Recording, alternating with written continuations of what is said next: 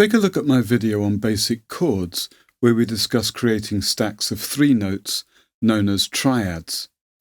Using the notes of a major scale, these triads are either major or minor. And, except for the triad built on the 7th note, they all reach a perfect fifth in height. In this video, we're going to continue to focus on these first 6 chords.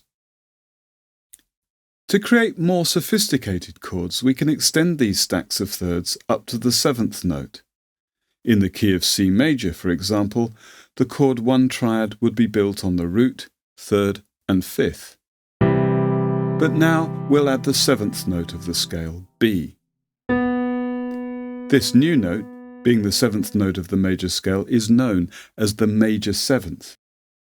Notice that this major 7th is just 1 semitone short of an octave above the root. This then is a C chord with a major 7th, so we call this chord C major 7th. The major 7th chord has a distinct character that you might describe as floaty. Here's a very well-known example of major 7th chords at work with their typical airy kind of sound. The opening of Erik Satie's Gymnopédie No. 1 uses alternating G major 7th and D major 7th chords.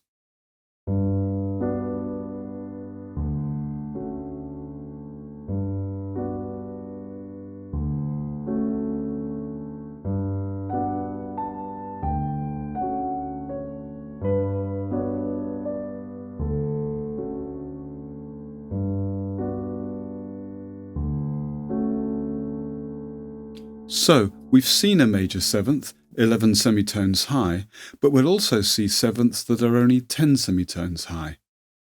Let's look at chord 2. You'll remember that this is a minor triad. But what about the 7th? Well, this time the 7th is only 10 semitones above the root, so we call it a flattened 7th. When it comes to naming chords, this flattened 7th is generally just called a 7. The common name for this chord then is D minor 7. Anyway, here's how it sounds. Here's a good example of this kind of chord. The very opening of Elton John's Rocket Man has a G minor 7 chord played on the piano. Chord 3 is exactly the same as chord 2, a minor triad with a flattened 7th. So it's E minor 7. Here's chord 4. It's a major triad with a major 7th on top, so it's F major 7. Now chord 5, as you know, is a major chord. This time, though, it has a flattened 7th on top. This is significant because this chord creates a different kind of sound.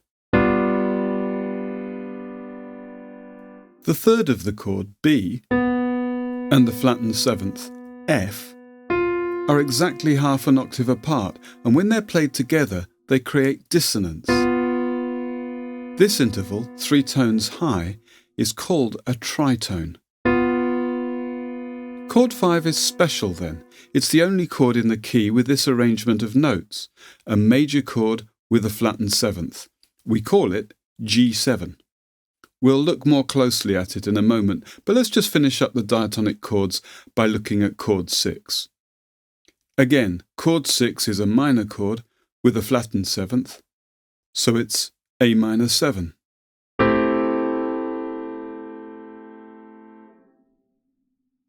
Okay, to recap. Chords 1 and 4 are major 7 chords.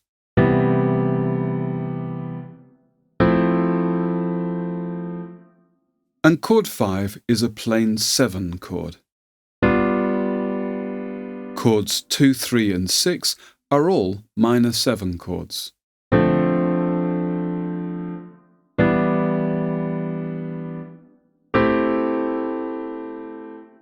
Now let's go back to chord 5. Remember, it contains a pair of notes a tritone apart. Chords that contain a tritone create tension. In Western music, this tension typically makes the chord want to move on to another chord. Let's see how this works. Here's that tritone again with its dissonant sound. You can hear how this tension wants to resolve, that's the musical term, to a consonant or harmonious interval. In the case of C major, the tritone of B and F wants to move inwards to C and E.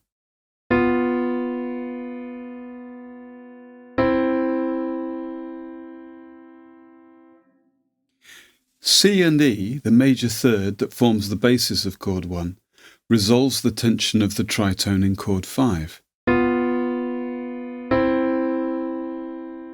This movement from the tension of chord 5 to the resolution of chord 1 is the single most important harmonic feature of Western music. It creates structure and movement in pretty much every piece of music you hear. It's very common to use chord 5 at the beginning of a song to get people to sing along, like in these famous examples. Here's Amazing Grace. Listen to the way G7 seems to create an expectation of the C chord that follows. It's almost as though chord 5 gives us a bit of a run-up to chord 1.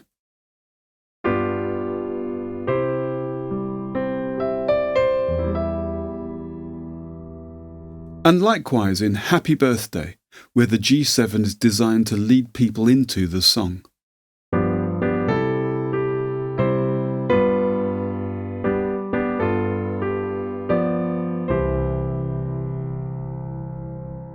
This pair of chords is often used at the end of a section, such as a verse, and it's the commonest way to finish a song, chord 5 to chord 1.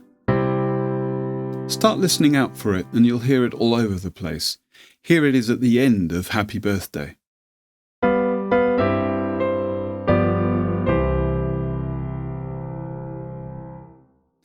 A pair of chords used in a structural fashion like this creates what's known as a cadence.